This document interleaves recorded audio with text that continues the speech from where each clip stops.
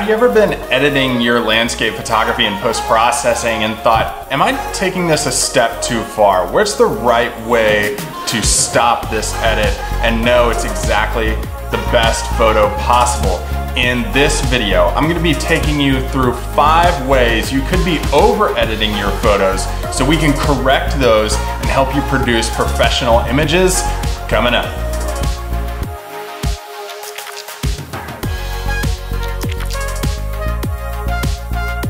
Hey, what's up guys, and welcome into the channel where I post weekly videos about how you can improve your landscape photography through in-field and post-processing tutorials like this one and gear reviews. So if you're into landscape photography, if you want to get better, consider subscribing to this channel. Now in this video specifically, we're looking at post-processing mistakes. Are you over-editing your images? Have you ever been scrolling up on those sliders and adjustments and thought, maybe this is just a step too far? How do I know where is the right place to stop? Or how do I know if this is overdone? We're gonna be looking at 5 different ways you could be over-correcting your images and then dial those back down so that you can produce stellar landscape photography. And what I'm gonna be doing is showing you step-by-step ways of you doing this. And I'm gonna be using Luminar 3. I use Luminar 3 for my post-processing. You can find that link below if you want to try out Luminar 3 for yourself. But let's go ahead and jump into the computer screen and see exactly how to do all of this. All right, so now that we're on the computer screen, we can see Luminar 3 and I'm in the editing module, and I've just pulled up this final image that I shot from Acadia National Park in Maine, from Boulder Beach. Just an amazing sunrise shot that I was able to get on this specific morning, but I've got this photo exactly where I want it. We're gonna be looking at what it would look like if you overdid it and then how to dial that back down to get it just right. So first thing that I wanna look at is adding a workspace. I'm just gonna add a landscape workspace to do all of this because that's basically what we're going to be adjusting in here. And number one, the biggest thing, and we're gonna start off with a bang right here, the biggest thing that I see a lot of photographers do is hit the edges of their histogram. Now, if you look at the histogram, on the left side of the histogram, you have your darks. Then moving a little bit further right, we have shadows.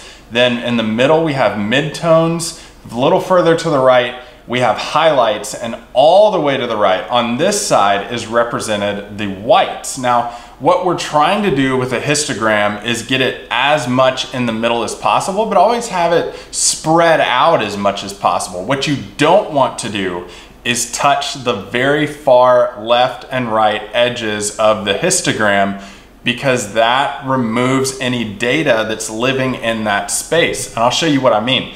So when you have a histogram like this, you can see maybe I have some areas touching the black side over here, and that's probably gonna be in those shadows right over here on the edges. What I don't want to do is pull my exposure down and see, okay, now I have a lot of touching going on this edge. That's not good. That's not what I want, because I'm losing color data and data in my pixels to make further adjustments in my photography. So I can double click on the exposure to adjust that back. I may have just the slightest amount of touching, and again, that's in these shadows right here.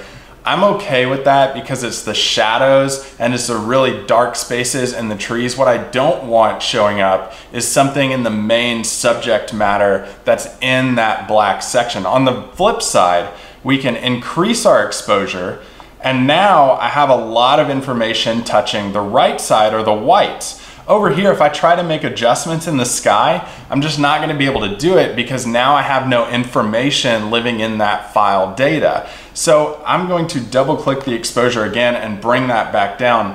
What I like to do is pull the exposure to a point where I'm not getting any touching on that white side or on that black side. Again, I'm gonna have some in this image just in the deep, deep shadows, which is fine for me. It's up to you for landscapes and what you want in your images. But again, I've already dialed this in, and this looks pretty good for the overall scene. Now, you also wanna be watching your exposure when you're doing this, just to get your exposure right and dialed in to create the mood that you want to in your images. For me, it's like a moody morning in this landscape, and that's what I wanted. So it's gonna be a little bit darker than normal. If I had like a colorful sunrise, it's gonna be a little bit darker than that scenario. Next up is your color correction. Now, when you're out in the field, you have white balance options that you select based on what kind of scene you're shooting in the field. Now you have things like cloudy conditions, sunlight, shade. You should select the predominant light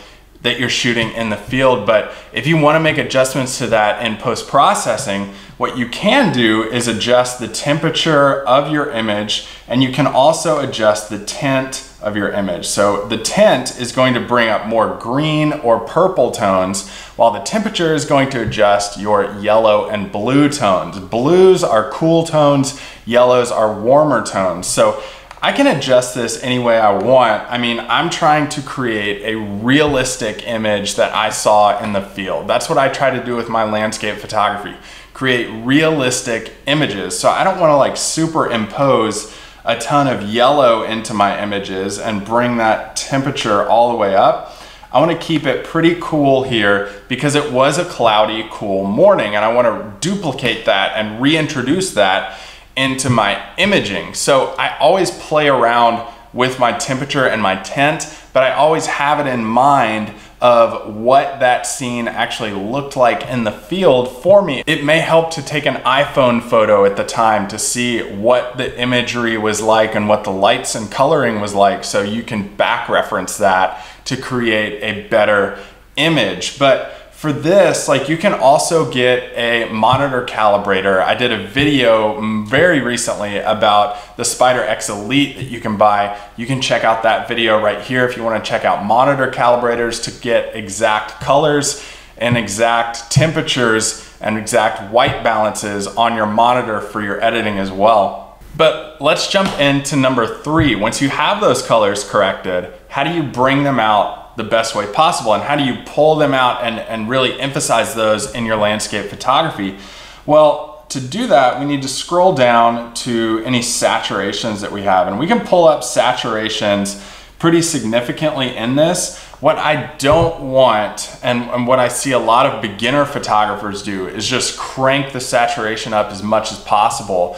What you want to do is keep it realistic again. And what you do when you crank it up is you get saturation banding, or obvious points within the image where you're seeing unrealistic colors banding together to create a unnatural landscape. And that happens again when you pull that saturation all the way up. To correct this, and one of the things that I like to do with my landscape photography is adjust my vibrance first. And vibrance is going to be like your blues, your yellows, your greens, and then saturation is going to be like those other complementary tones within your image as well, and get those exactly right. So this is about as far as I would go in a vibrance and saturation situation, because I'm pulling out purples and blues and greens, but at the same time, I don't want to overdo them and pull up the saturation again all the way up to where I have this crazy,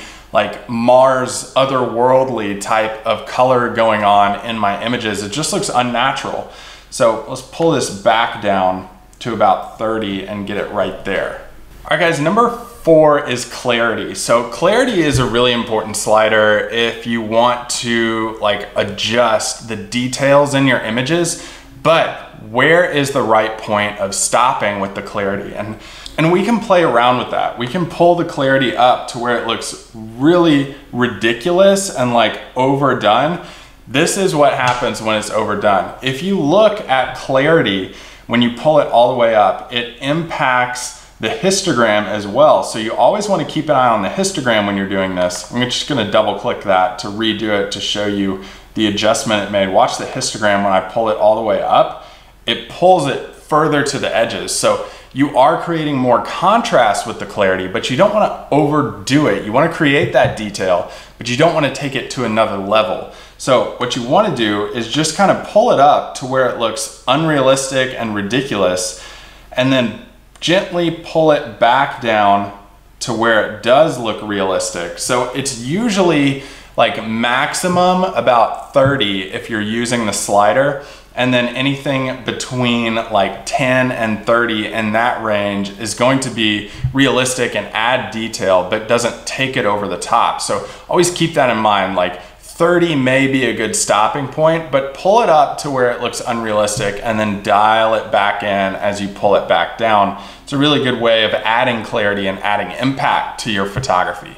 And then lastly, guys, number 5 is forcing elements in post-processing. Again, I've harped on this over and over and over about keeping your photos realistic, keeping your landscape photos realistic. And there's things you can do with your landscape photography that can improve the overall look, but you don't want to force elements into it that don't necessarily go. So what I mean here is there are multiple tools in Luminar 3 that you can use, but using them in the right situation is the best thing to do. So in this photo, it's a sunrise shot. I could add like crazy sun rays to the background, and we can do that. Let's add a filter here, and I'll just go down to sun rays, click that, and it's gonna add this. Like, yes, I could add this to my image and kind of just like adjust this to where it's further down on the horizon,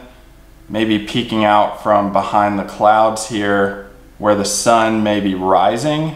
Let's just get it back down here, not in the ocean, about right there. But again, the sky would not be this color if there was this much sun peeking out from behind the clouds.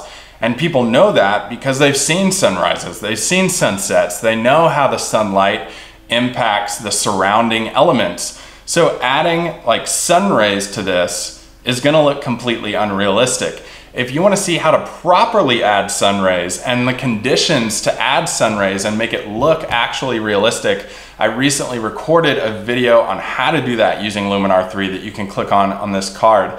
And I'll link both of these videos suggestions below in the video description as well. But keeping things realistic by not forcing edits or forcing elements into an image just because you like sun rays doesn't mean that it should be added to every single photo. All right, guys, so that does it for this list on how you can dial back down your over edits and make them look realistic for better landscape photography production. Keep these tips in mind next time you bring in your photos that you work so hard for in the field to take and shoot and compose, and now you're at the editing process. Don't overdo them. Keep them realistic, but keep them professional. This is gonna help you make the best edits possible for your landscapes and help you produce better photos as a landscape photographer. Hey guys, if you wanna continue watching some editing tips on Luminar 3 specifically, click or tap your screen right here for this playlist on how to do that. Or if you wanna watch a different video from this channel, click or tap your screen right here. If you wanna easily subscribe, click or tap your screen up in this corner. Thanks so much, guys. Keep shooting.